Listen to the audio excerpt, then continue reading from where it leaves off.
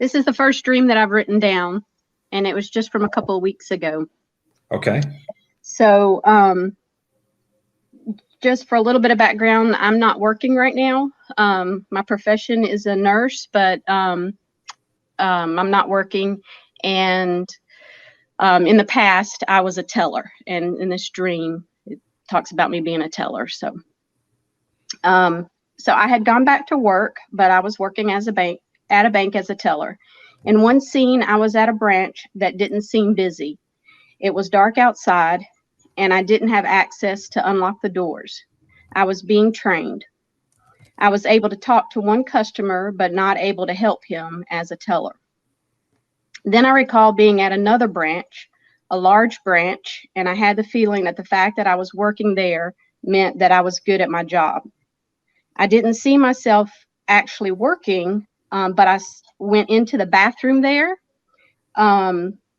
just into the bathroom and back out. I saw the area where I would be working, like where the teller stands were.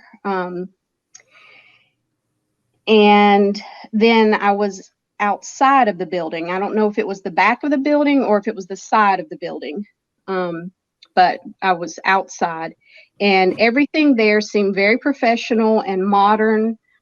Even the teller stations were made up, like the trim was metal and the what would normally be wood or whatever was glass.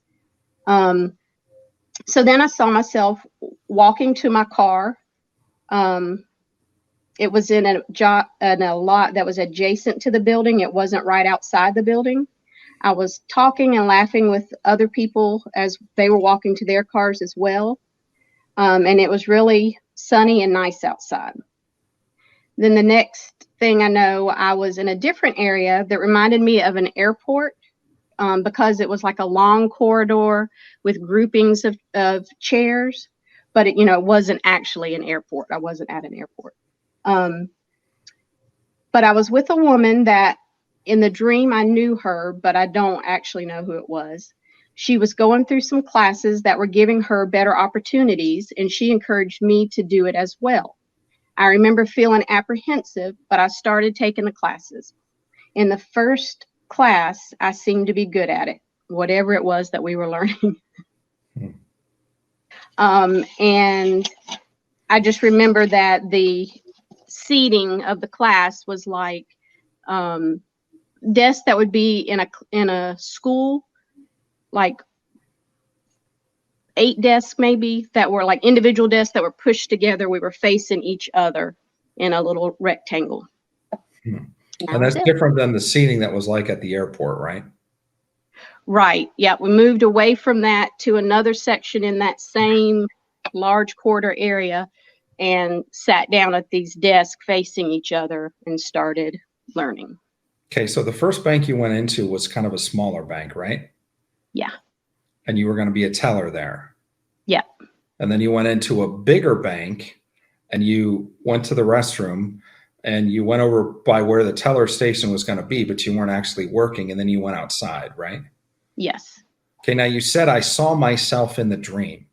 Now you can be first person where you're seeing the world through your eyes, or you can be like an angel on your shoulder, like 12 feet above, where you're watching you walk to your own car as if you're watching a movie of yourself. Which one was it?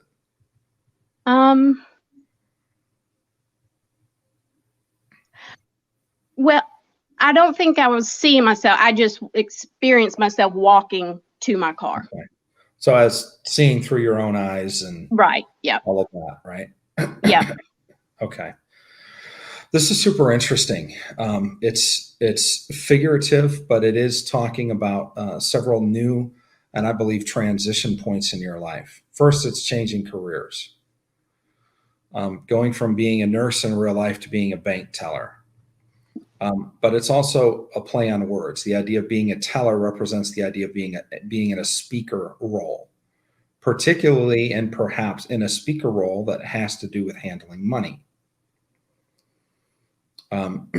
So that could be teaching about crypto, or, I don't know, it could be any number of things that, would be kind of like outside what you would think is way outside of your box and what you've been trained to do professionally and what you think you would do. But when we go through times of crisis nationally, a lot of times it does that. It has people look completely outside of what they thought they were going to always do forever.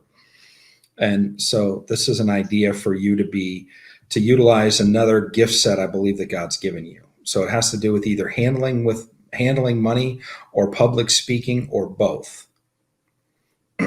So it starts at a small scale, which is you go into a smaller bank, but very quickly you end up in a much larger place, which is the idea of, in larger tent pegs. It's the idea of promotion.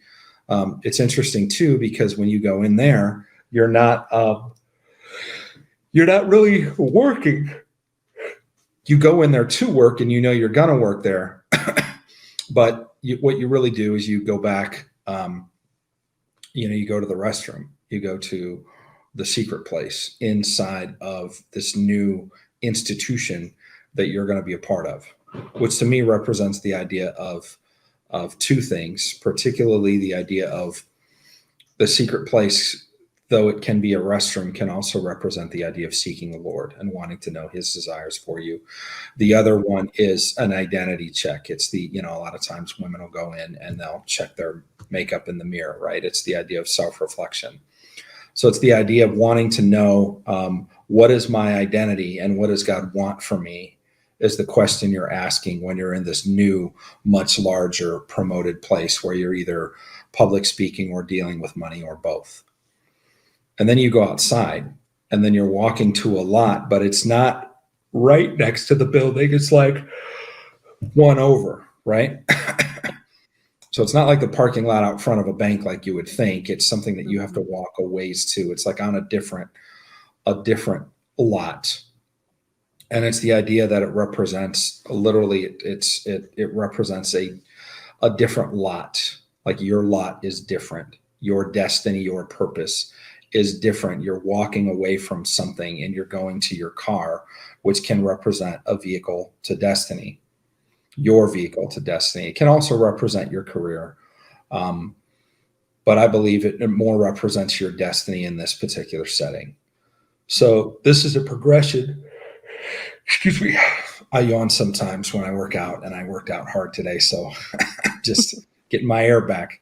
It's interesting because going from where you are in real life as a nurse, sitting on the couch, right, unemployed at the moment, to a place where you're going to be working, but in a new setting, in a completely new field, starting small and then going big, wanting to seek the Lord on where am I supposed to be and what am I supposed to do. And it's after that then you exit that marketplace, the bank, and then you go, to a completely different lot. And it's in that lot. Do you get in your car and drive away, or is it suddenly you're in this place that's like an airport? Yeah, it's like I just walked to the car, and then suddenly I'm at the next place. Okay.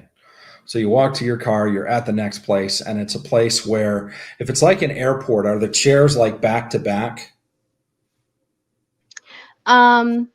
Yeah, some of them are, and some of them kind of create a circle, kind of an open circle so you can face each other to talk. And I was sitting with the woman that I knew in my dream but don't really know, and she was telling me about these new opportunities, this classes that she's in, and it was really accelerating her in her career.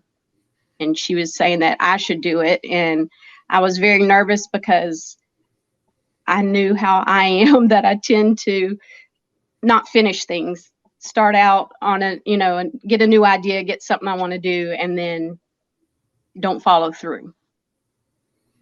Up until now. Up until now. Yeah. That's right. Whenever you're talking about something that you want to change, I always tell people, say up until now. A friend of mine taught me that. So we say up until now. From now on, it's different. And that's what the dream shows too. It shows you, and it shows you actually like in a journey of exploration. You start at a bank, you end up at a bigger bank, you find your lot is different, and you exit, and then you're in a place of community. and then you end up in a classroom where you're in a place of training, which is interesting. So there's a lot of details, but I'm going to summarize. Okay. We call this the conclusive summary, and then we're going to provide you with some actionable intel. Like, what do you do in light of the fact that you're hearing about this dream, or we're hearing about this dream? So the first part is God has something different for you. He wants to use your voice, and he wants you to make money. He wants you to manage money. He wants you to have control of money. That can be you personally. It can be just about your personal life. It doesn't mean you actually have to work at a bank, but the bank, take it to the bank. There's so many phrases related to banks. It represents the idea of managing a level of financial wealth and the authority that comes with that. And as a teller, you get to declare things and say, no, this check's no good. No, you don't have enough money in your account. Oh yeah. Would you like that $1 million and, unmarked bills, a paper bag or a briefcase? You get to make these calls related to finances and money, and you're handling wealth, which means wealth is passing through your hands. It can also mean that you have a gift in this area. So obviously something is going right in the dream, because you go from a small bank to a big bank, which is simply the idea of promotion. Now you're on a much larger scale. You're either speaking on a larger scale and or you're handling wealth on a larger scale and or both. So it's a fascinating symbol. And then you go into this place of self-reflection and wanting to hear from the Lord, which represents the restroom. You're not actually working yet, but you come out and then you go outside and you're looking to go to your car. Now, did you say you went out the side door instead of out the front door? I didn't know if I was out the back or the side, but Okay.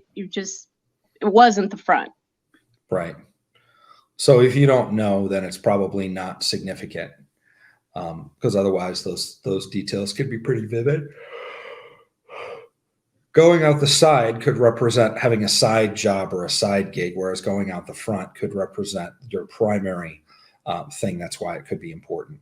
But you go outside, so you exit, you leave the confines of this large institution, and you go looking for your car, which your car is your vehicle to destiny again. So there's something that you want to do that sometimes making money, and for many people, making money can get in the way of what they really want to do. And so they do what they have to do to make money, but at some point they want to exit and they want to go do what's really on their heart to do. And so you find that your lot is somewhere else, which is where your destiny lies, your vehicle to destiny. So you go to that other lot. And I also think the word lot, because God could have said it a bunch of different ways, but the word lot is also indicative of a shift in you, because you have a different lot. The shift in you is you're not Lot's wife. You finish what you start. You're not looking back. You make a decision courageously, fiercely, and boldly, and you go down that path wherever it takes you. And that's what you have to do. Is there's a transition. That's why there's a gap between where you were in the large bank and where you're going. There's this gap, which is where you shed what came before, and you say, I'm going to move forward boldly into the destiny and the purpose God has for me. So God wants you to know he's going to take care of your finances. And in fact, he may even grow your finances in this next season. But what he really wants you to do is he wants you to get to that place where you're looking in the mirror in the bathroom and you're seeing the self-reflection. This is who my identity is. And you're spending time with the Lord and you're hearing what he has for you. At that point, you don't care about money anymore, because you know it's all about what he wants for you to do. And it's the purpose of your life. And so you exit the conversation, this institution that, oh, we got to work for money and we got a responsibility. You're out of that whole treadmill. And now you're moving to the place of destiny. But there's a gap between where you were and where you're going. And in that gap, and the combination of what happened in the restroom and what's happening in the gap is it's having a different lot, and it's leaving behind what looked back, which is what Lot did. He left behind his wife. Unfortunately, she turned to a pillar of salt because she looked back and she hesitated, and he went forward. That's why I say your lot is different. And so when you go forward, you get in the car, you're on your vehicle to destiny. Now, what happens next is critical, because on your vehicle in the car to destiny, the first thing you do is you end up in a transitionary place of community, whereas there's these chairs around that kind of look like almost like a circle, or like back-to-back chairs, or it looks like an airport. And an airport, the chairs aren't there designed so people can relish community. They're designed to house people. That's it.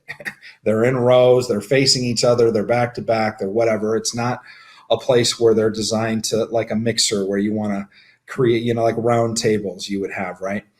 But the next place that you go, so that's a temporary place of transition. The next place that you go is that it's like these desks that are like facing each other. So now you're in a deeper level of community where you're seeing each other at face value and face to face, right? Like friends do. Like instead of Moses would say, I want to speak face to face. I want to see God face to face, like a man speaks with his friend, right?